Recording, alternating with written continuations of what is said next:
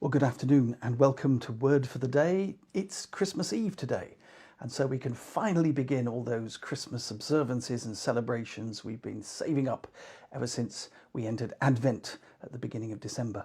Actually, we entered Advent at the end of November, but let's let that pass for now.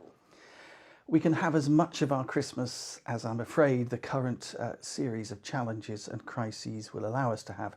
And unfortunately, that means one of our family favourites, that of piling down to church for the crib service this afternoon, that's had to go because unfortunately St Margaret's isn't doing any in-person worship over the Christmas period.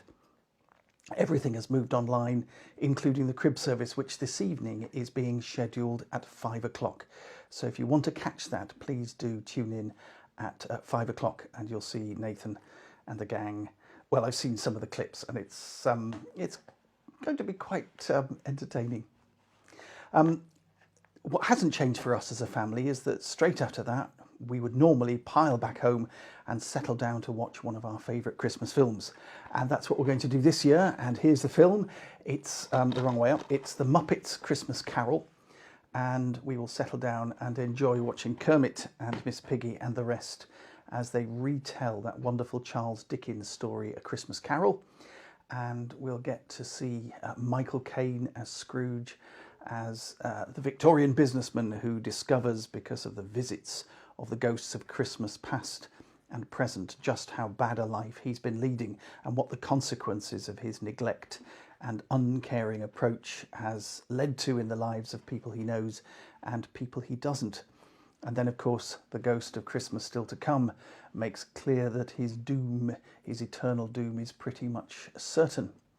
And there's that wonderful moment right at the end of the film when he opens the window and looks out onto a snow-covered Victorian London to discover that he still has time to put things right. And Michael Caine is brilliant in this role. He sets about putting right all the things that are wrong and being reconciled with his family, and everything is just wonderful at the end of the film. It's a real heartwarming film about transformation and about new life, which is exactly right for Christmas, because that's exactly what we should be celebrating. When we celebrate the birth of Jesus in the stable at Bethlehem, we're celebrating the coming of God, we're celebrating new life, and we're celebrating a chance to make amends, to put right the things of the past and enter into a new life, as the prayer book has it, walking from henceforth in his holy ways. And the joy that's contained in this film is irrepressible, and the Muppets do it full justice. One scholar once said that if Dickens were doing the Christmas Carol in these modern days, he would exactly approve of the Muppets version. So that's what we'll be doing this evening.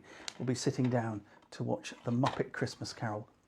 Whatever you're going to do this Christmas, however you're going to cope with the restrictions, we can't have the big family gatherings, we can't gather, we can't worship as we usually would, but that shouldn't stop us remembering, calling to mind and celebrating the joy of this Christmas period. Have a great day today and have a wonderful and blessed Christmas tomorrow.